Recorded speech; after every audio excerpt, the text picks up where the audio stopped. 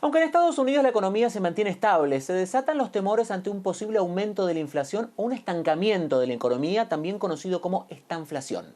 Entre los factores que observan los expertos están los aranceles de la administración Trump, que estarían impulsando algunos aumentos de precios en productos, además las señales en el mercado laboral, con un incremento en las solicitudes por desempleo que registró el último reporte. El mayor aumento en aproximadamente 3 meses. Otro punto a destacar es la caída de ingresos de empresas como Target y Walmart. ¿Cuál es el rumbo que está tomando la economía en el país y cómo podría afectar a los mercados y a las empresas? Para analizar este tema saludamos y le damos ya la bienvenida a Sergio Ursúa, profesor de Economía de la Universidad de Maryland. Sergio, un gusto saludarlo. Déjame empezar por preguntarle por la inflación y la estanflación. ¿Cuán probable es que la inflación vuelva a ser un tema relevante o incluso que lleguemos también a combinarlo con un estancamiento de la economía? A ver, vamos por partes. Yo creo que la inflación ya es un tema relevante para el consumidor norteamericano, que viene acumulando este malestar inflacionario, este impuesto inflacionario ya hace bastante tiempo. Las últimas cifras dan cuenta de un aumento nuevo de la inflación moderado, pequeño, pero que no puede ser descartado.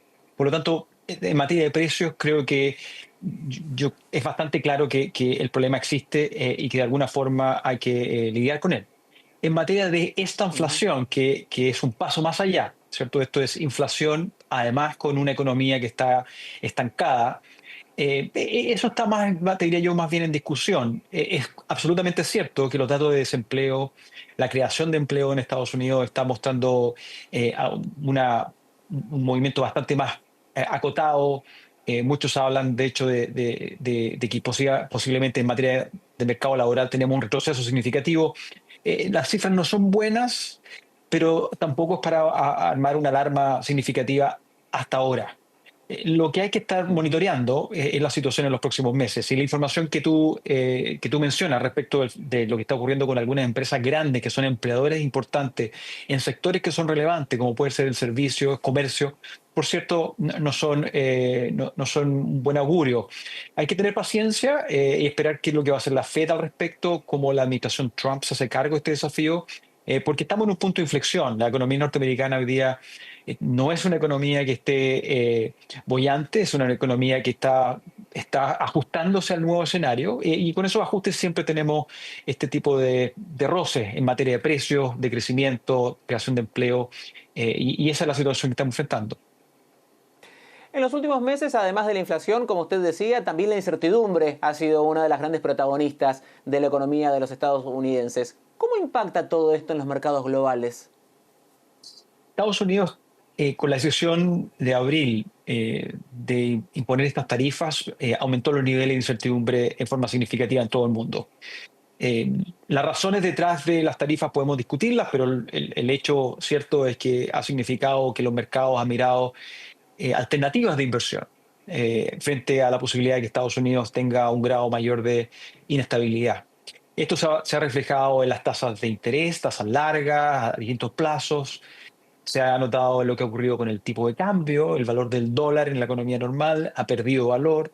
Las bolsas en un inicio respondieron con algo alarma, con mucha volatilidad, se han ido ajustando a esta incertidumbre, pero creo que es eh, creo que es certero decir, plantear, que los inversionistas han estado buscando alternativas a la posibilidad de invertir en Estados Unidos, tener un foco mayoritario en Estados Unidos. En algún momento fueron países europeos, luego, de hecho, América Latina recibió entrada de inversiones que estaban buscando refugio. Y por lo tanto la situación mundial ha cambiado con este conflicto económico que ha sido el arancel, los aranceles que ha impuesto Estados Ujú. Unidos de forma unilateral. Y por cierto, que es el elefante en la habitación, que es el conflicto geopolítico que enfrenta Estados Unidos a China. Y eso, por cierto, esta combinación ha sido, sin ninguna duda, una fuerte incertidumbre muy importante para los mercados, para los agentes económicos, para las empresas, y una situación que me temo yo que llegó para quedarse. Hablemos de las tasas.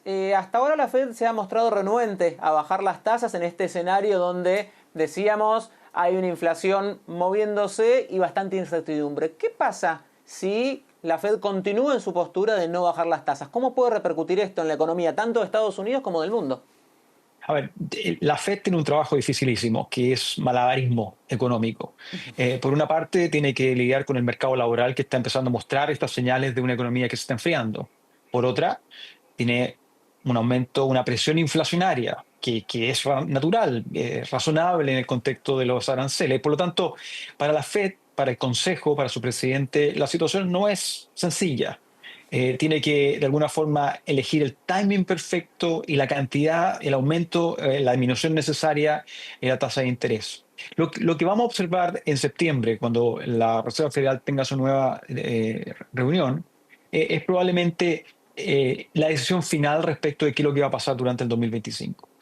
Las apuestas en los mercados están anticipando un recorte en la tasa, eso es lo que el mercado espera. Y aquí yendo a tu pregunta, si es que la Fed decidiera no avanzar en esa dirección, que parece poco probable, las minutas que conocimos esta semana dan cuenta de que hay diferencias dentro del Consejo y por lo tanto uno debería anticipar que esas diferencias se van a plasmar en una reducción de la tasa. Pero si eso no ocurre, probablemente va a aumentar la incertidumbre, probablemente el ataque de la administración Trump sobre la Reserva Federal se va a ampliar. Y los Ujú. mercados, insisto, los mercados creo que están anticipando un recorte, sobre todo por los datos del mercado laboral. Los datos del mercado laboral no son positivos. Es una situación que se mueve con cierta inercia, con cierto retraso, y cuando esto es como una alerta de tsunami, ¿no? Tú tienes unas boyas en el medio del océano, de repente se levantan y tú dices, parece que viene. Yo creo que el tema del mercado laboral da la sensación de que esas boyas se están moviendo y que la economía requiere Ujú. algún ajuste y quizá la Reserva Federal eso lo internalice. Te pregunto ahora por otro mercado, el mercado inmobiliario. ¿Cómo impacta el tema de las tasas en el mercado inmobiliario? Porque es muy sensible eso. Muchísimo. El mercado inmobiliario de Estados Unidos viene sufriendo altas tasas de interés, altos costos del dinero, ¿cierto? Altos costos de los préstamos por bastante tiempo. Parte del reclamo de la administración del presidente Trump ha estado apuntado a que el mercado inmobiliario, que es una fuente de energía, ¿cierto? Para las personas, para las empresas, para la infraestructura en general, está parado. Los intereses siguen altos.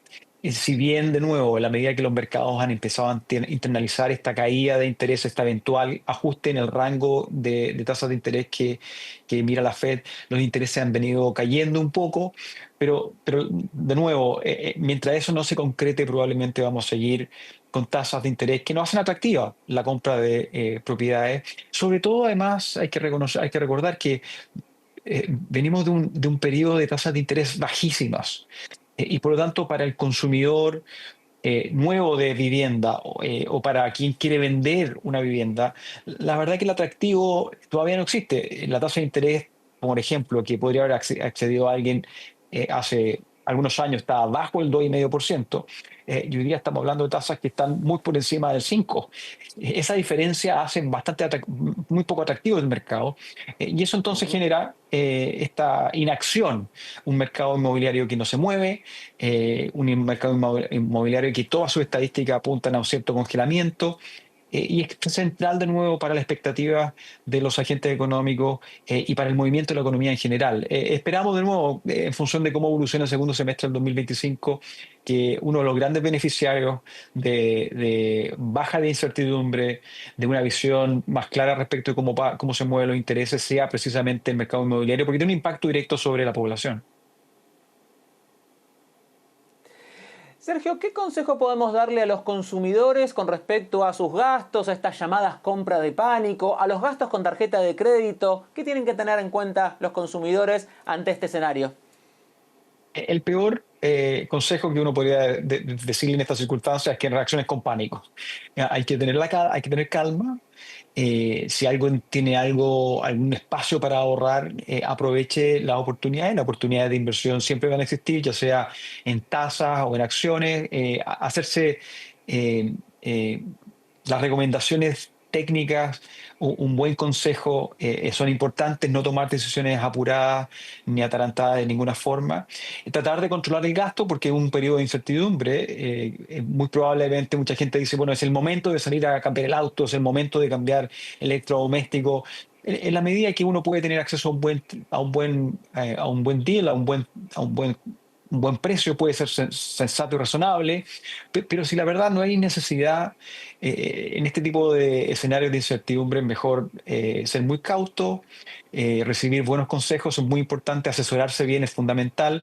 Sergio, gracias por haber estado con nosotros. Era Sergio Ursúa, profesor de Economía de la Universidad de Maryland, que nos ha acompañado hoy aquí. Muchas gracias a ustedes, un abrazo.